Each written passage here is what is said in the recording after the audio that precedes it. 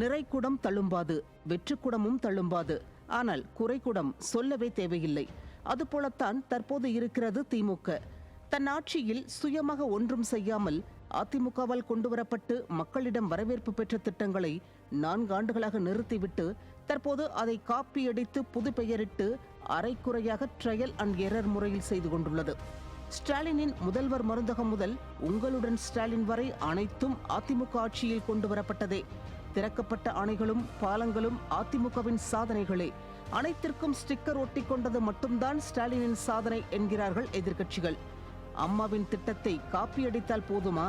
அதை நிறைவேற்ற அம்மாவை போல, அம்மா வழிவந்த எடப்பாடியாரை போல திறமை இருக்க வேண்டுமே. ஊர் பருந்து உயர உயர பறந்தாலும் உணவு உண்ண தரைக்கு வந்துதானே ஆகணும் என துண்டு சீட்டை பார்த்து கூட படிக்க தெரியாதவரிடம் திறமையை எதிர்பார்ப்பது நியாயமா? பழமொழி, திருக்குறள், கணக்கு, ஆங்கிலம், ஏன் தன் கட்சி என்ன செய்தது என்பது கூட தெரியாதவர் எதற்குமே சரிப்படாதவர்தான் என்கிறார்கள் விவரம் அறிந்தவர்கள். அதிமுக ஆட்சியில் சட்டசபையிலிருந்து சட்டையை கிழித்து கொண்டு ஓடியவர் 2026 தேர்தல் முடிவு வந்தவுடன் அதே போல் ஓடினாலும் ஆச்சரியமில்லை என்கிறார்கள் அரசியல் பார்வையாளர்கள்.